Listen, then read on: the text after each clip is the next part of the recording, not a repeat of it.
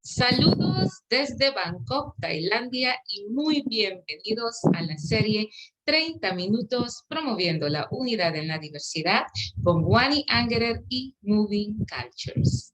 Nuestra invitada número 126 de esta serie es una mujer que tiene en sus manos el poder de hacer transformaciones físicas y también mentales. ¿Por qué? Porque no solamente se trata de la arquitectura como una carrera que construye y diseña y crea espacios y los acondiciona, sino que también el movimiento, la danza, la meditación y todo lo que tiene que ver con la construcción de lo que va adentro son sus grandes dones y talentos. Ella es de Colombia y su nombre es Milena Suárez. Milena, muy bienvenida. ¿Cómo estás? Hola, Wani, muy feliz de estar aquí en este espacio. Muchas gracias.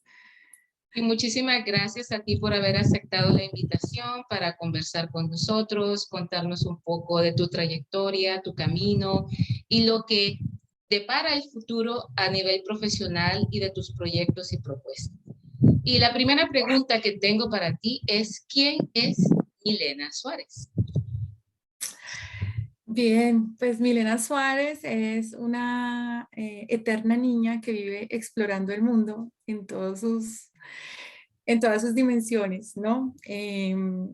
Con la fortuna de haber caído en un tema fabuloso que es la transformación del espacio urbano para mejorar la calidad de vida de las personas. Yo soy arquitecta, hice una maestría en ingeniería de transporte. Eh, Hace 20 años estoy ejerciendo esta fabulosa profesión y bueno, y casi 20 años también es mi experiencia específica en el sector de transporte. No muchos arquitectos trabajamos en el sector de transporte, pero es un momento coyuntural en la transformación de las ciudades y pues esto cada vez se necesita más, ¿no? Tener un entendimiento entre la escala humana y lo que es la ingeniería del movimiento, se puede decir, de cómo nos movemos, qué queremos, a dónde tenemos que acceder, cómo accedemos, cuándo accedemos, por qué tenemos que acceder a ciertos servicios. Entonces, he trabajado, empecé en Transmilenio en el año 2000, en fase 1, y pues esa fue una plataforma profesional muy grande porque Transmilenio fue un sistema, es un sistema de transporte con buses que mueve de muy alta capacidad que mueve muchísimas personas. Y desde esa época se empezó a promover estos sistemas, no solamente en Latinoamérica, en Colombia, sino en Asia, en África. Entonces, gracias a esa plataforma que en su momento tuvimos en Bogotá, pues tuve la bendición y la gran oportunidad, digamos, de salir al mundo y apoyar muchas ciudades y muchos gobiernos con estas transformaciones en sus diferentes sistemas, esquemas, sistemas políticos, bueno, y he visto pues muchas cosas muy interesantes con las culturas, ¿no? Porque no es lo mismo un sistema de transporte en Bogotá que uno en Vietnam, o uno en Kenia, o uno en Ciudad de México, o en Panamá, ¿no? Todos tenemos contextos geográficos, culturales distintos, patrones de movimiento distintos, lo mismo sobre los patrones de movimiento para mujeres, niños, personas adultos mayores. Bueno, entonces ha sido toda una exploración nuevamente, ha sido toda una exploración y descubrimiento desde hace 20 años. Milena, cuando tú nos hablas del movimiento, que muchas veces las personas no asocian con la transformación de actividades que tienen que ver con todo. O sea, yo por eso hablaba de tu vida no solamente profesional, sino que de tu vida paralela, que también el movimiento es un elemento supremamente importante. Creo que a lo largo de tu vida y viajando por el mundo y también reconociéndote como ser humano, ha habido un impacto no solamente en lo profesional, sino que en lo personal. Háblanos un poquito de eso. Pues, Guani, cuando tú y yo nos encontramos hace unos años en Kenia, fue en un día, me acuerdo mucho, en la celebración del Día Internacional De la mujer, sí. de la Mujer, como en el 15. 2015, 2015, sí, o sea, ya hace un 2015. tiempo. Sí. Y realmente, pues mi viaje, mi búsqueda personal siempre ha sido la conexión con el género a través, digamos, de las diferentes culturas. Y estando en Kenia, al tiempo que te conocí, descubrí el yoga, el hot yoga o Bikram yoga. Eh, y eso fue una transformación importante a nivel emocional, mental, espiritual.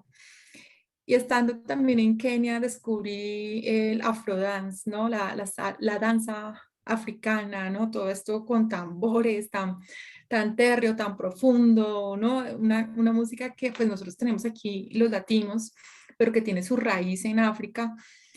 Eh, y empecé a explorar un ritmo que se llama kizomba y empecé a estudiar y empecé a practicar y empecé a explorar todo este mundo africano que ofrecía toda esta diversidad y este impacto, ¿no?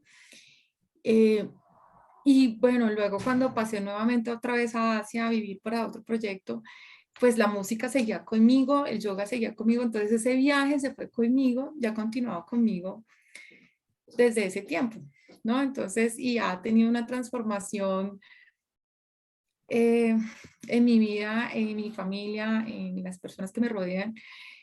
Yo antes, digamos, antes del yoga vivía a 1000 por hora, ¿no? Pero Sí. pues ahora, digamos, tengo un movimiento más consciente, también más lleno de propósito, o sea, cada vez que me enfrento a un proyecto ya no es pensando en mi carrera profesional, sino en pues digamos, en lograr ese bienestar y ese acceso a los servicios y ese acceso a las oportunidades que todos necesitamos, ¿no? Porque yo lo veo así, o sea, trabajo en temas de movilidad, pero para mí la motivación principal es que las personas tengan una oportunidad para salir adelante y hacerlo de la manera más digna posible. Entonces yo, digamos, tengo una vida llena de propósito, inspirada, ¿no? Que lo encontré a través de la meditación, del yoga, de la danza, bueno, todo se conecta para construir, ¿no? Todo esto es realmente como, Y mira, y es maravilloso cuando uno se da la oportunidad de comprender que todo ese conocimiento que se adquiere, que es la parte técnica, ¿verdad? De la aplicación, que a veces te separa de tu ser, que es precisamente el transporte para poder contener todo ese conocimiento, uno lo descuida. Y como mencionabas, llega un momento que tu propia necesidad te lleva a unos espacios, porque a veces no sabes ni cómo llegas ahí, ¿verdad? Y hay como un hilo conductor que te va tomando de la mano y uno decide si lo sigue o no ese hilo. Y creo que eso es bien interesante también destacar en tu vida, porque pues te conozco desde esos procesos y he también podido observar tu forma de sentir y la manera en que nos conectamos como amigas, ¿no? Se puede observar también en tus procesos profesionales. Y como dices tú, cuando hablas de transporte y desarrollo urbano, ahora ves la mujer, los niños, los ancianos, todas las comunidades con más compasión y con sensibilidad. Como decías antes, antes ibas a 1000 por hora y era de construir el Transmilenio y que funcionara y que la gente subiera, bajara. Ahora, después de viajar por el mundo y ver las ventajas que tienen ciertos países y las desventajas, y también cómo las personas ya no son objetos, sino que son seres vivos con necesidades, ¿verdad? Y con emociones, que el transporte también tiene muchísimo que ver con esa relación, o sea, las mujeres que sean acosadas en los transportes o que los niños sean también de alguna manera violentados o que los ancianos o las personas con discapacidades tampoco reciban el apoyo, porque ahí en esos espacios colectivos es donde se dan la mayor cantidad de traumas psicológicos. Hablemos de esto.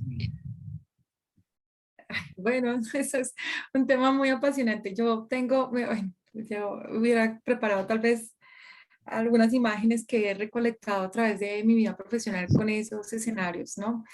Pero, digamos, lo tengo muy claro en mi cabeza cuando estuve trabajando en Perú.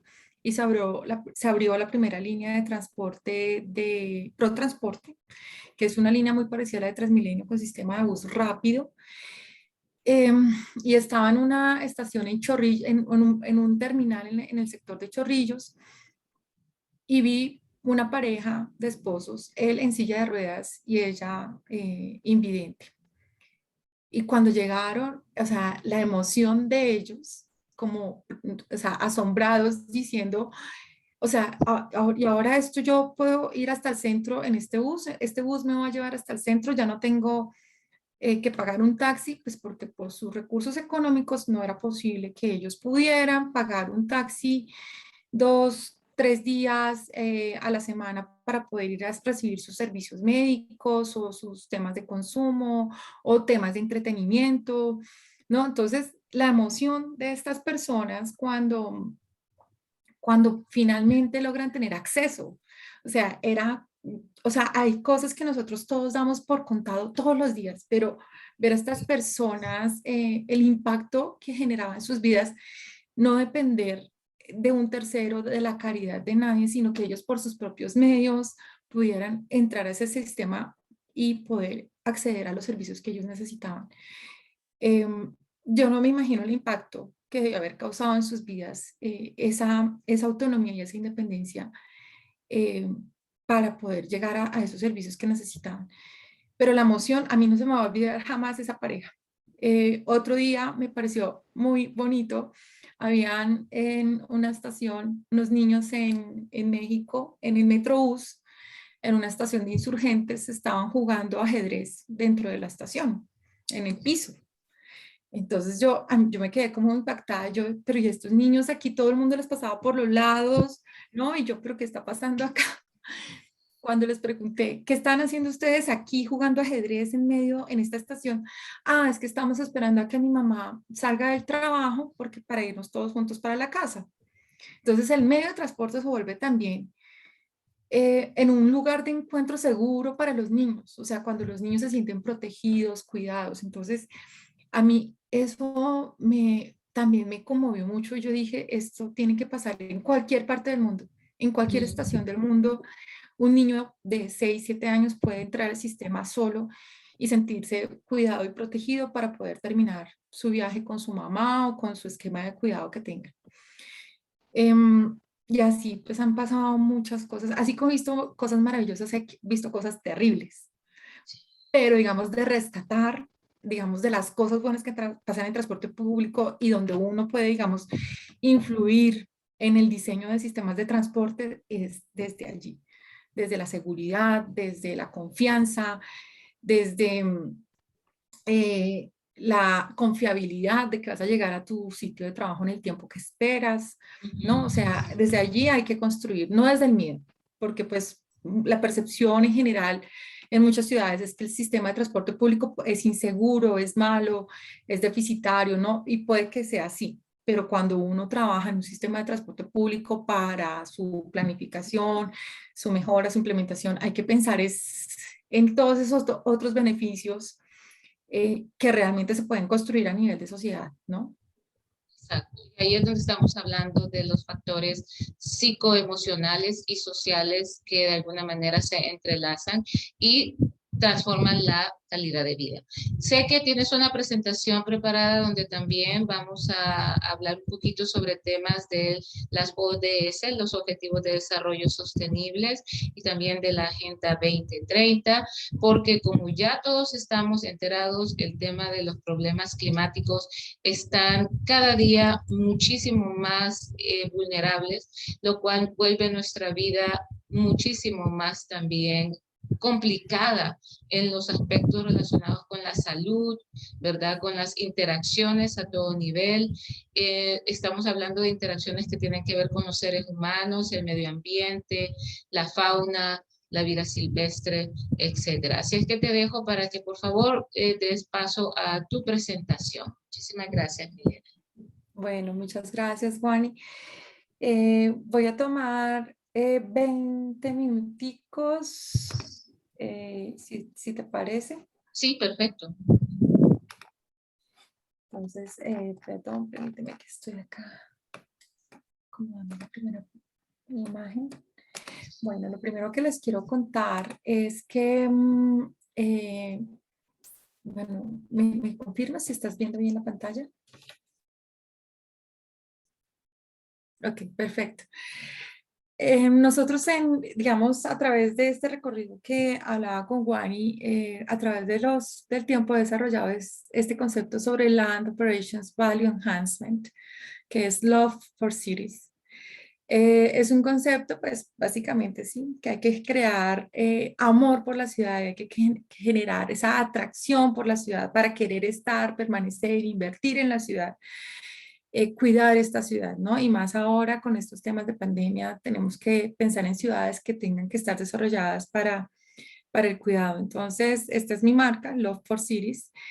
Eh, y nace un poco, pues, digamos, recolectando todas esas experiencias a nivel internacional eh, sobre la necesidad de lograr los recursos para poder hacer las actualizaciones de la infraestructura, ¿no? A veces las personas piensan que los servicios de infraestructura tienen que estar así, pero realmente estos tienen unos costos y muchas ciudades y sobre todo los países que están en vía de desarrollo, pues tienen que hacer unas inversiones muy altas para poder cerrar la brecha económica para lograr ser eficientes y productivos. ¿Qué es lo que pasa? Nosotros, o sea, según la Naciones Unidas, para el 2050 en el mundo vamos a ser 9.7 billones de habitantes. En este momento somos 7 billones de habitantes, es decir, que en 30 años, en 20 años, el 70% de la población mundial va a estar viviendo en las ciudades. Esto quiere decir que diariamente las ciudades tienen que producir 300.000 unidades de vivienda. O sea, ese es el reto que tenemos, ¿no? 300.000 unidades de vivienda, sumándole los temas de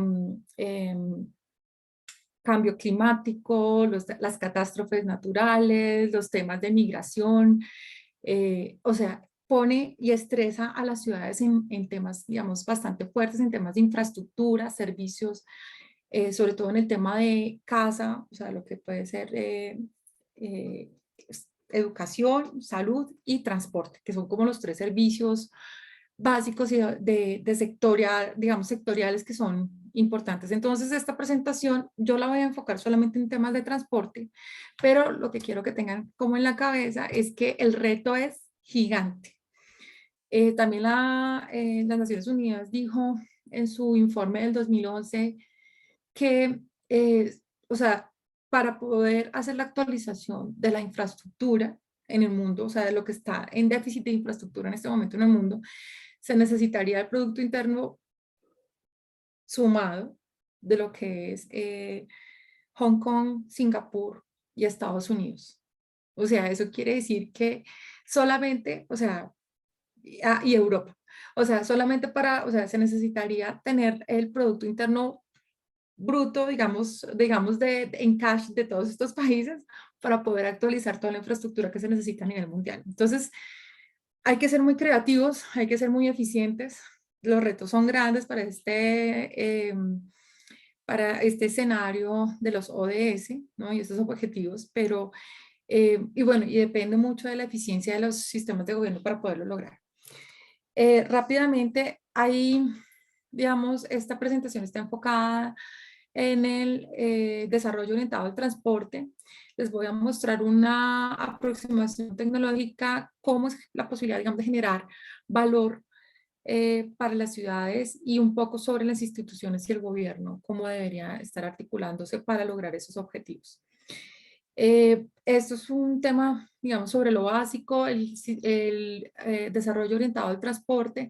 Básicamente es como estas ciudades de los 15 minutos que ahora están muy en boga y se trata, digamos, de sectores mixtos donde ustedes tienen acceso a un sistema de transporte masivo, donde muy cerca tienen colegios, tienen servicios de salud, entretenimiento, alimentación, consumo, pero que a su vez están interconectados con otros servicios de otra ciudad, de otra centralidad urbana.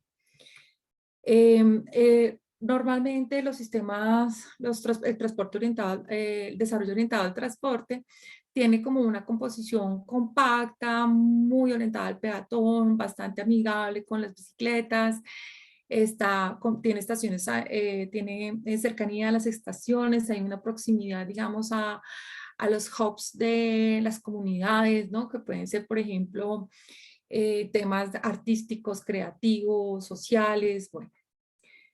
Eh, Esto puede ser clasificado, digamos, hay unos desarrollos de baja densidad, no todos los desarrollos orientados al transporte tienen que ser, no estos, cuando ustedes llegan, por ejemplo, al Times Square, entonces hay una estación de metro y todo está grande y todo es alto y todo es efervescente, no, también pueden hacerse, digamos, como en otras escalas más suaves. Básicamente, el desarrollo orientado al transporte, pues lo que trata es como de generar un balance económico para lograr accesibilidad para la vivienda y los servicios, ¿no? Entonces, esto es un esquema muy general. Yo no me voy a detener en los detalles técnicos, pero hagan de cuenta, es como generar un núcleo e irlo uniendo con una cadena, ¿no? A través de un sistema de transporte público. Entonces, esos núcleos tienen unas áreas, digamos, que son como lo definía el alcalde este famoso, ya se me fue el nombre, de Brasil, como acupuntura urbana, ¿no? Entonces, ustedes hacen como unos pinchitos en la ciudad y ahí generan un detonante que se tiene que enlazar con otras centralidades urbanas. Pues esto tiene unos beneficios importantes porque pues permite que haya una alta interacción social. Entonces, si tienen una centralidad urbana, digamos que es un centro cultural y creativo y el otro es un centro de servicios en salud y el otro es un centro financiero, pues esto hace que haya una gran movilidad y haya una gran efervescencia, digamos, en la interacción entre, digamos, en el esquema social o el sistema social de la ciudad. Hay unas tácticas o unas técnicas que están asociadas a las transformaciones de estos lugares más a nivel de diseño urbano para proveer mercados, centros de arte, deportes, entretenimientos, que se apoyan con sistemas de iluminación, con diseño urbano, con mobiliario urbano. Eh, Ahora, digamos, hace un tiempo, el diseño urbano siempre estaba muy desarticulado, pero ahora se hace diseño de calles completas o diseño de barrios integrales. Entonces, el diseño en sí ha tenido ese salto importante, digamos, en los últimos 10 años hubo esa transformación y es una cosa que ustedes ahora lo ven mucho en las ciudades europeas y poco a poco se está empezando a ver en las ciudades latinoamericanas. Y es todo este urbanismo táctico que es como que hacen cosas con pintura en la calle, hacen parklets o ponen unos experimentos o unas exhibiciones en zonas de antejardín o en esos andenes extensos, digamos, de los negocios, bueno, o de la parte comercial. Em, los beneficios de hacer un desarrollo orientado al transporte es que puede reducir las emisiones de carbono, pues porque al moverse la gente, digamos, en centros más pequeños o en distancias más eficientes a través del transporte público, pues no tienen que utilizar el vehículo. Entonces la reducción de las emisiones de CO2 son mayores. A veces la gente sigue muy preocupada, ¿y qué hacemos con el carro? Y es que la congestión, vamos al carro, o sea, usted no quiere hacer el trancón, no vaya en carro. Móntese al sistema de transporte público, use la bicicleta, váyase caminando, haga compras online, ¿no? Es decir, ahora con este tema de la pandemia, muchos estamos trabajando desde casa, ya pocos utilizan la oficina, no hay necesidad, o sea, ya se demostró que muchos sectores económicos pueden sobrevivir sin generar toda esa alta movilidad y alta concentración que antes parecía que era necesaria. El otro tema para lo que ayuda el desarrollo orientado al transporte es la prevención, digamos, del crecimiento de la mancha urbana, ¿no? Estas zonas de periferia que a veces, sobre todo en las ciudades latinoamericanas, tienden a expandirse de una manera informal en todo su borde de la periferia y llegar hasta allí con servicios es muy complicado. Es básicamente imposible por la baja densidad y por la celeridad con que crecen demasiado rápido. Y bueno, y lo otro es que toda esta dependencia del carro, al hacer zonas más compactas, pues la dependencia del automóvil desaparece y de repente si hay acceso al automóvil privado es como más de fin de semana, ¿no? Que eso también es algo que pasa mucho en Europa. La mayoría de las personas en España, en París, en Londres, en Suecia, prefieren ir en el transporte público porque son ciudades y países que tienen, digamos, la posibilidad de tener un sistema de transporte bastante robusto y pues pueden ofrecer digamos, un confort o unas condiciones más afables o más amigables, digamos, más seguras en el transporte público y las personas lo usan en sus movimientos diarios o en sus necesidades diarias de desplazamiento, pero el fin de semana utilizan el carro pues como, como para ir de fin de semana, ir a almorzar, salir con la familia, estas cosas. De todas maneras, estos desarrollos orientados al transporte son hechos a la medida. Es decir, no el mismo desarrollo que le funcionó a Curitiba, le puede funcionar a Bangkok o le puede funcionar a Bogotá o a Perú, a México, ¿no? O sea, cada desarrollo orientado al transporte tiene un vestido hecho a la medida por las condiciones físicas, sociales, de demanda, las necesidades de movimiento, o sea, cambian radicalmente, digamos, entre las ciudades. Aquí básicamente en estos desarrollos orientados al transporte hay que garantizar la prioridad para el peatón y para los medios no motorizados. Y bueno, y pues esto tiene que ir muy articulado con temas más profundos sobre la regulación urbana y permitir esos usos mixtos donde se puede articular la vivienda con muchos otros servicios. Yo voy a permitirme pasar porque es bastante información, pero estos son como unos ejemplos, digamos, esto es cómo se ve Curitiba a lo largo de su corredor. Esto fue un proyecto, pues digamos que ha sido emblema y donde se originó toda la idea de lo que es un BRT, que es un Bus Rapid Transit System. Y pues es como, si lo ven, es una ciudad que económicamente funciona muy bien, pues porque en torno al corredor central se organizó la ciudad y pues tienen unas densidades, digamos, armonizadas frente al valor de la tierra y el acceso a los servicios están combinados con vivienda, digamos, de ingreso medio, de ingreso bajo, con centros de negocios, entonces, digamos, tiene una paridad, digamos, o tiene una mezcla bastante equitativa, digamos, en el acceso a la vivienda, lo cual permite que la zona sea muy compacta. Normalmente lo que pasa en las ciudades de Latinoamérica es que en los centros de negocio no pueden vivir los trabajadores. Las personas que trabajan en el centro de negocios viven muy retirados, o sea, a 20, 30 kilómetros y tienen que gastarse 2, 3 horas en lograr llegar a sus centros de trabajo. Y eso hace que la ciudad se vuelva muy ineficiente. Mientras que si hay una política, digamos, de ciudad donde se logre garantizar que hay acceso a la vivienda para ingreso medio y bajo, que son los trabajadores que trabajan en los centros de negocio, pues hace que la ciudad sea más eficiente. Pero eso tiene que ver con un tema, digamos, profundo a nivel social.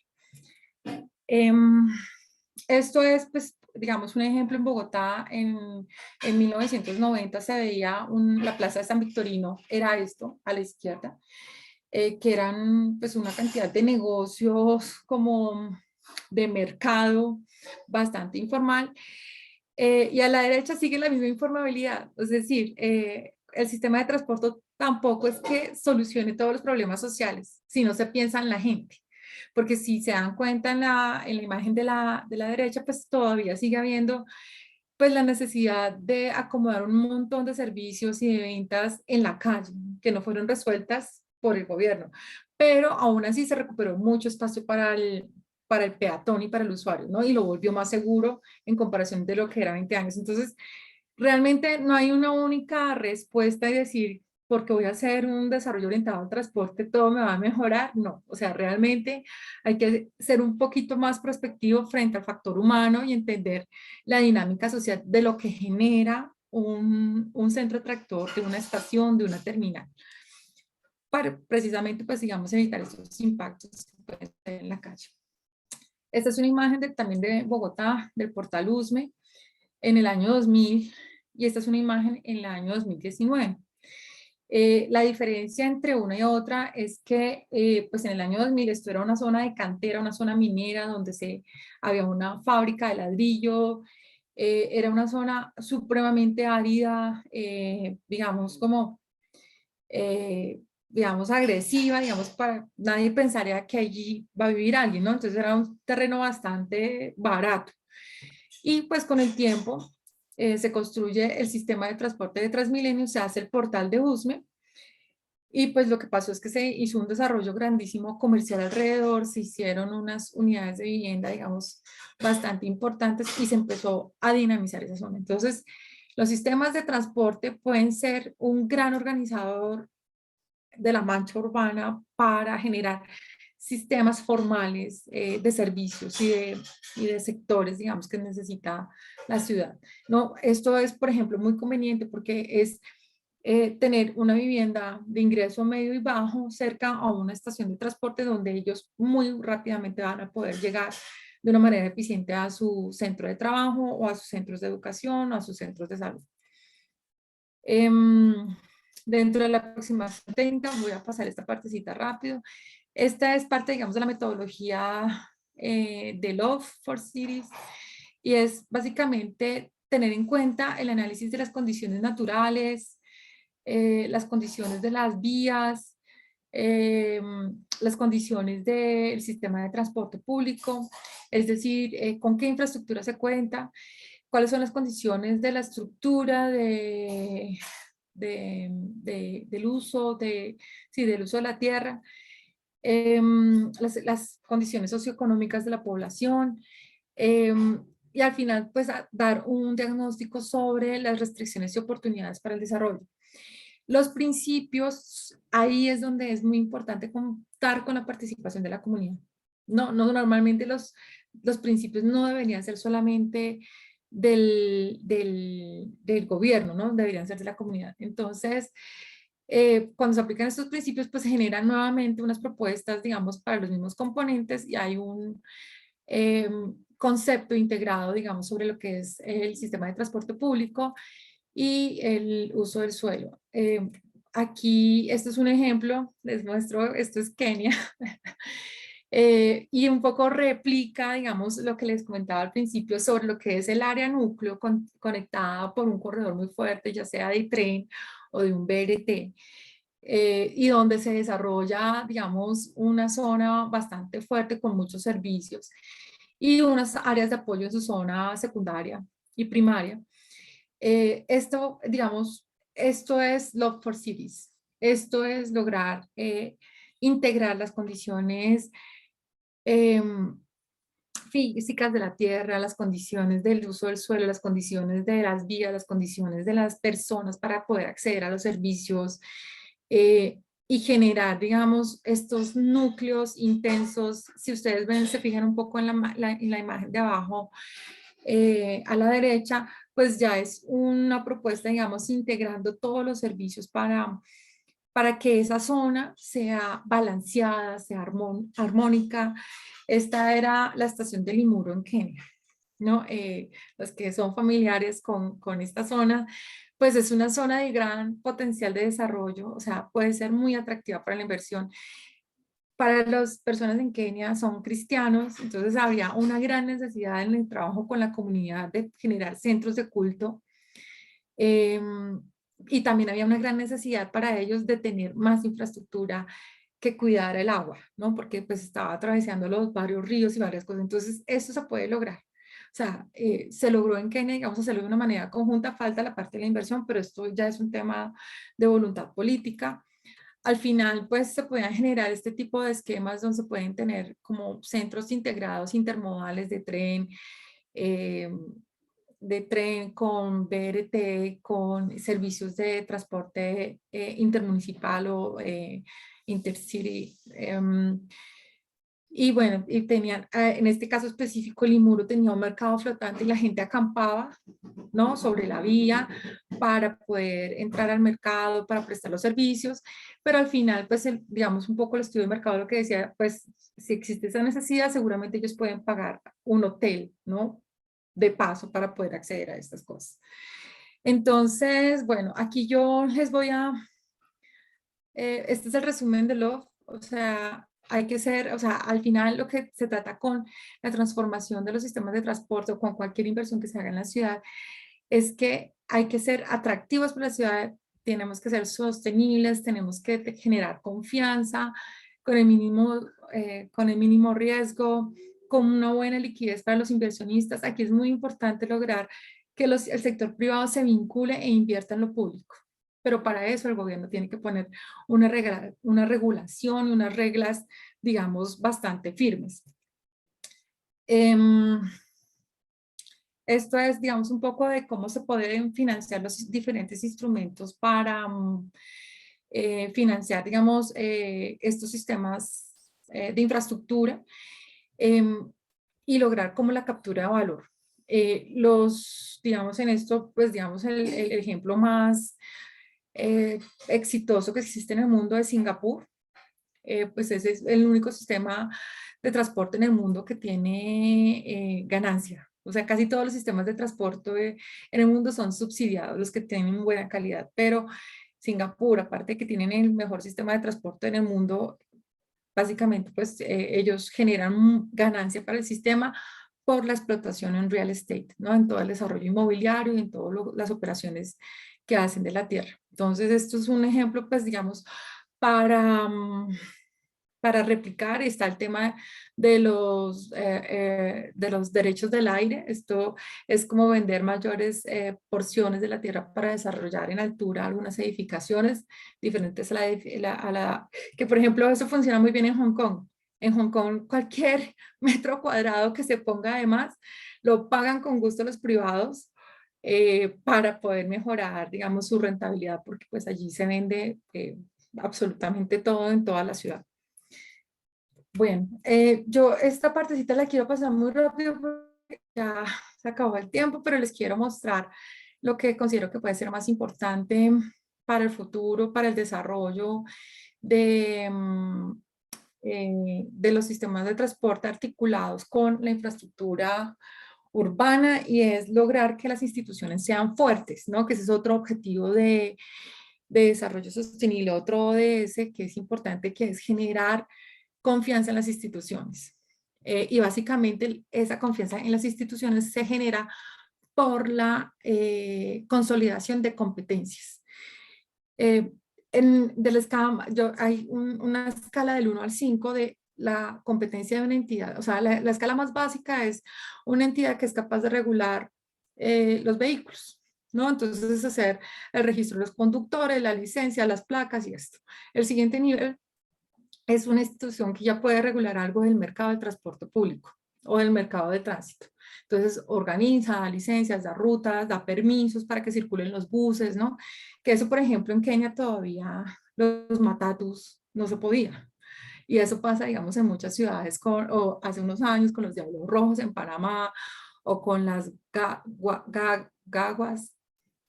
Bueno, ay, que se me olvida el término, ¿no? En muchos... Guaguas. Guaguas. Guaguas. Las guaguas. No, cada ciudad tiene un aparato diferente, ¿no? En Filipinas eran los jeepneys, ¿no? Que fueron los jeeps que dejaron de la Segunda Guerra Mundial y los adaptaron a un bucecito que no cumple con nada, pero el gobierno hasta ahora está empezando a regular los jeepneys en Filipinas. Luego tienes otra entidad que ya es más robusta y que puede controlar las operaciones de transporte, que es por ejemplo el caso de México, Bogotá, Perú, que ya tiene Transmilenio, Metrobús, Protransporte, ¿no? Que son entidades que ya regulan la operación de transporte y se preocupan por prestar un buen servicio público, servicio a los usuarios. Luego está una entidad que puede hacer el tema como de política de movilidad urbana, que es mucho lo que pasa, por ejemplo, en el Consorcio de Transportes de Madrid, en España, donde ellos tienen una entidad que regula a todos los sistemas de transporte, es decir, una sola entidad hace la planeación de los trenes livianos, de los buses, del metro, del AVE, ¿no? O sea, es una sola entidad. Y pues ya después el quinto nivel, pues ya es Singapur o Hong Kong, ¿no? Que tienen una entidad que desarrolla no solamente el sistema de transporte público, sino todo, la estructura de inversión, el real estate, pues todo lo que va asociado a los servicios conexos complementarios para lograr financiar el sistema de transporte, ¿no? Porque eso se tiene que pagar de alguna parte. El dinero tiene que salir de algún lado. Y es allí, digamos, donde logran tener esa integración con los privados. ¿Cuáles son los siguientes temas en los diálogos de desarrollo urbano?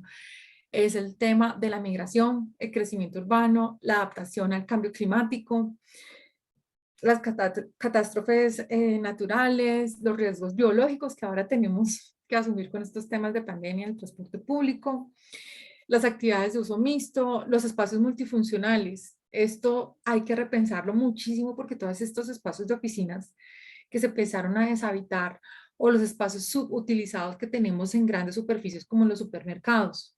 O sea, vale la pena que la ciudad siga teniendo estos mercados gigantes cuando las personas cada vez consumen más online y tenemos, por ejemplo, temas de realidad virtual, tenemos, nosotros, ay, no sé cómo les vaya en Asia en este momento, pero la mayoría se hace mercado es por internet, ¿no? Yo creo que aquí va a haber una transformación en la vivienda. Vamos a tener que tener unos aeropuertos afuera de la ventana para que lleguen los drones con los deliveries, ¿no? O sea, hay una transformación en todo este tema digital que hay que empezarlo a reestructurar para que la arquitectura se adapte a esta nueva revolución digital que tenemos en el mundo. Y bueno, por último tenemos pues todo lo que tiene que ver, lo hablábamos hace unos momentos con Juan, los modelos basados en agentes, que es la captura de la información del consumo de todos a través de los celulares, de la computadora, ¿no? O sea, cómo se empieza a modelar las necesidades, los patrones, digamos, de necesidades y de acceso a servicios, cómo se está cambiando. El tema de los datos en tiempo real, ¿no? O sea, que nos puedan monitorear en tiempo real para saber cuándo se abre un restaurante, cuándo se cierra un evento, cuándo ir a trabajar, cuándo ir a estudiar, ¿no? Y que el sistema de transportes y que los servicios en general se adapten a esto. A veces hay mucho susto y es un tema, digamos, es un pánico que hay frente al tema de la privacidad, pero realmente para poder ser muy eficientes en los recursos, ¿no? Y en los servicios, pues se necesita tener esta información desde el tema de la planificación, ¿no? Ahí hay una discusión muy larga sobre un tema ético de la privacidad y cómo poder articular, digamos, estos temas, esa transformación tecnológica para poder ser eficientes con el respeto de la privacidad. Está el tema de los datos abiertos, es decir, que cualquier persona puede entrar a capturar esos datos con diferentes propósitos. Pueden ser, por ejemplo, saber qué servicios de educación no se necesitan o qué servicios de salud nuevos se necesitan, o cómo adaptar ciertos lugares a temas de consumo o accesos a entretenimientos. El tema de las microunidades, yo creo que eso lo estamos viviendo todos y lo vemos, cada vez estamos experimentando esa reducción del espacio. Hace unos años teníamos las casas de los abuelos, eran 500 o 1000 metros cuadrados y vivían 4 tíos, la familia, los primos, eran unidades residenciales bastante grandes. Ahora las familias son mucho más pequeñas y las unidades son cada vez más pequeñas, ¿no? El tema de los distritos de innovación, que esto es algo que también está transformando mucho la manera de hacer las ciudades, y son estas comunidades que quieren ser cada vez más autónomas con la generación de esquemas de compostaje, de huertas urbanas, de microgrillas, por ejemplo, de energía eléctrica. Entonces, cierto sector se pone de acuerdo, ponen paneles solares y se vuelven autosuficientes y bajan su dependencia de la red de consumo general, digamos que puede ser con energía nuclear o hidráulica o térmica, ¿no? Entonces, al bajar su dependencia, digamos, de la explotación de un recurso natural a través del aprovechamiento de la luz solar, pues hacen que se vuelvan más autónomas y menos dependientes de las redes externas. Esto, digamos, cada vez se está empezando a ver más, ¿no? O sea, cómo las comunidades y las unidades de vivienda se van volviendo más autónomas. El tema de sharing economy, creo que se diría, sí, es como economía compartida, y de fractional ownership, que es básicamente lo que está pasando con Airbnb, ¿no? O Couchsurfing. Es otra manera de mover la economía y es como ya la gente tiene muchísima movilidad, entonces yo puedo tener un apartamento, pero decido trabajar en otro país, en otra ciudad, y mientras tanto hay otra población que entra y sale de mi casa. El tema de los transportes compartidos, ¿no? Como el tema del Uber o como estos temas de Cabify, Didi, ya se me olvidó cómo se llaman en Asia, bueno. El Internet de las cosas, el tema del transporte autónomo, o sea, cuando tenemos estas unidades más compactas de desarrollo urbano, pues la tendencia es que no haya conductor. O sea, casi que se puede mandar un aparatico solito para hacer la última milla o las visitas que, bueno, o sea, ahorita hay mucho desarrollo sobre el tema de los vehículos autónomos y el tema de las economías tokenizadas y la economía de blockchain, ¿no? Que es cómo lograr esos contratos donde yo creo que ya a varios nos ha pasado que todo lo hacemos por internet, tenemos un contrato de arriendo, ya ni siquiera vemos con quién hacemos el contrato, tú firmas una cosa electrónica y cuando llegas a la ciudad de destino te dejan una tarjeta con un código, tú entras con una tarjeta y nunca supiste quién era el propietario del inmueble, ni con quién hiciste un trato, ni el negocio, simplemente quedó todo en un contrato electrónico a través de una transacción virtual. Esto cada vez está pasando más y cada vez, digamos, esa transformación del dinero que ha durado bastantes siglos en consolidarse, ese imaginario del dinero se está transformando. El dinero sigue teniendo un valor, pero ahora pues está toda esta economía tokenizada donde tenemos que empezar a hacer esa transformación tecnológica. Yo voy a dejar hasta aquí. Te quiero agradecer, Juani, por este espacio, por permitirme compartir todo este conocimiento, esta aproximación frente a las nuevas formas de planificar y hacer ciudades y frente a la integración de todos estos componentes que, bueno, se necesitan demasiadas cabezas. Si te diste cuenta, esto, una sola cabeza es imposible que piense en todo y tienen temas técnicos, tecnológicos, sociales, ambientales. Bueno, es multidimensional, digamos, a la hora de lograr hacer algo realidad. No, Entonces, de esta muchísimas manera gracias. demuestras el poder del trabajo colectivo y también la importancia de las perspectivas holísticas, porque ¿qué más ejemplo que hacer un proyecto de desarrollo urbano tomando en consideración el ser, sus entornos, las condiciones y también las oportunidades y las desventajas que pueden existir al momento de plasmarlo y ponerlo en práctica? Milena, te agradecemos de corazón el que aceptases la invitación y nos hayas iluminado con toda esta información que no es muy común para muchos de nosotros tener acceso. Y muchísimas gracias a esa gran iniciativa que tienes en tus manos, que es Love for Cities, que realmente también claramente demuestra el poder del amor, porque desde el amor todo puede cambiar y puede impactar y nos puede dar la oportunidad de ser mejores, ¿verdad? Y de siempre tener esa visión de ir hacia adelante pensando en los demás. La compasión creo que es una de las grandes características que tienes en tu vida y en tus manos.